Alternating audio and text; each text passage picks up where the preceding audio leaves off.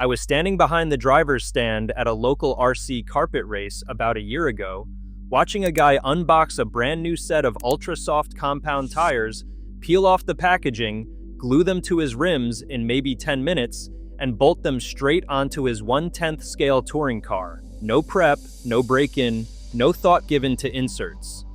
He lined up for the qualifier and traction rolled his car on the second corner so hard it nearly cleared the pipe barrier. The guy next to him, running tires that cost half as much on what looked like a Tamiya or team-associated chassis, put 3 seconds on him in 4 minutes. I almost said something before the heat. I didn't. What would I have said? That the $551 million global RC tire market, as valued in 2024, exists in part because it's very good at selling rubber and very bad at explaining how to use it? That guy's experience wasn't unusual. It was the norm. And the pattern behind it breaks down into a handful of specific, measurable errors. The most persistent piece of advice in RC tire selection is that softer equals grippier. Hearns Hobbies put it precisely: tire compound selection separates the fast guys from the also-rans in RC racing. It's not about having the most expensive rubber, it's about understanding how compounds behave across different surfaces, temperatures, and track conditions. A tire that feels dialed in during cool morning practice can become, in their words, a slippery mess once the sun starts baking the asphalt. The guideline from multiple sources is blunt. If your tires measure over 50 degrees Celsius after a run, your compound is too soft. Under 35, go softer. An ultra-soft tire on a high-bite carpet track will overheat, go greasy, and traction roll the car on every corner entry. That man at the track wasn't slow because his tires were cheap. He was slow because his tires were too good for the surface. Most tire brands, Proline, aka Racing, Sweep, use their own proprietary shore. A durometer ratings to classify compound softness, a lower shore. A number means a softer compound. The problem is those ratings aren't standardized across brands, which is why a Sweep 32 might grip completely differently to an aka Soft or a Proline M3 on the same surface. The foam insert inside an RC tire functions as the air pressure in a full-scale tire. It supports the vehicle's weight and controls how the tire deforms under load. Hearns Hobbies describes inserts as the structural backbone of off-road tires, preventing sidewall collapse during high-speed turns and maintaining consistent contact with uneven terrain. There's also a distinction worth knowing here. Closed-cell foam holds its shape more rigidly and resists compression, while open-cell foam compresses more easily and packs down over time, which is why two inserts that feel identical out of the bag can behave very differently after 10 runs. Run an insert that's too hard and the tire balloons at speed, shrinking the contact patch. The telltale sign is centerline wear straight down the middle of the tread. Run one too soft and the tire flattens completely, letting the rim contact the ground. The insert determines the tire's shape under load, and the tire's shape under load determines everything else. For high-performance RC cars, rushing.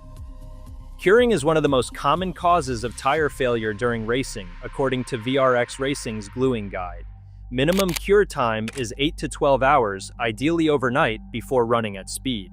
The adhesive you want here is CA glue or cyanoacrylate, the same chemistry as superglue, but formulated for the flexibility demands of RC tire mounting.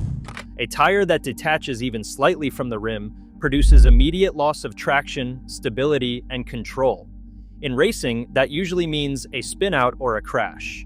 The bead seats into a grooved rim designed to lock it in place, but that mechanical connection only works if the CA glue bond is fully cured. 12 hours feels like a lot when you're eager to run.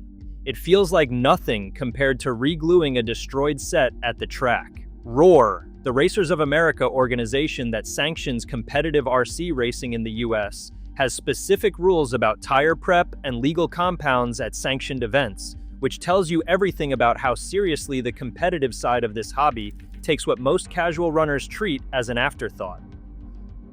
Wear patterns are diagnostic. Feathering, a rough, ragged edge across the tread width, points to a toe alignment problem. The tire is being dragged sideways as it rolls. Graining, tiny rolls of rubber forming on the surface, almost always indicates overheating, a clear signal the compound is too soft for the track temperature. The instinct is to see wear and swap tires. Multiple racing guides are consistent on the smarter sequence. Ask why the tire wore that way first. Correcting camber to fix inner edge wear makes the next set last longer and grip harder. Every tire leaves the factory with a mold release agent on its surface, a slick chemical film designed to help the tire pop out of its mold during manufacturing. That film is still on the tire when you buy it. Running tires straight out of the package means racing on a chemical designed to reduce adhesion. Some racers wash new tires with simple green or lightly sand the tread to strip the release agent and expose fresh, sticky rubber underneath.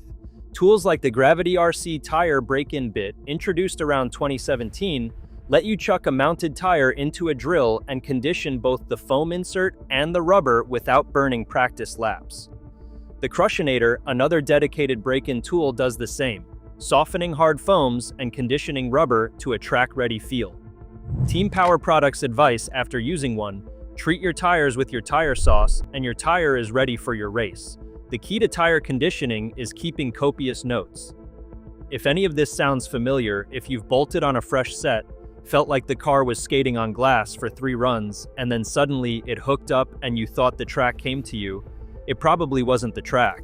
It was the mold release finally wearing off, your inserts finally packing to shape, and your CA glue finally finishing its cure on the car instead of on the bench. You weren't unlucky for 3 runs. You were unprepared for 3 runs. The difference between those two things is about 45 minutes of prep work the night before. RC Tire Sauce is a traction compound used to soften the tire surface and help it bite on smooth, high-grip surfaces like ozite carpet or polished AstroTurf. The application method matters more than the product.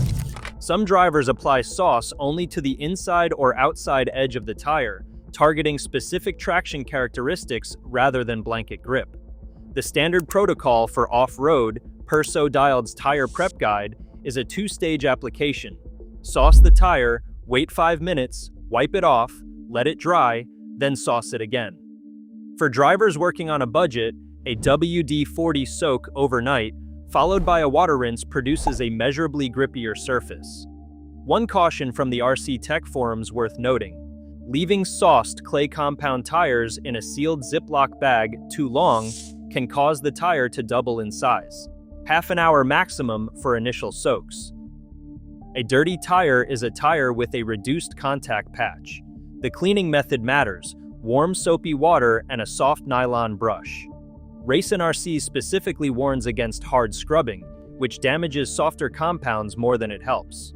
For vented tires, keeping water out of the vent holes prevents moisture from getting trapped inside the wheel and throwing off balance.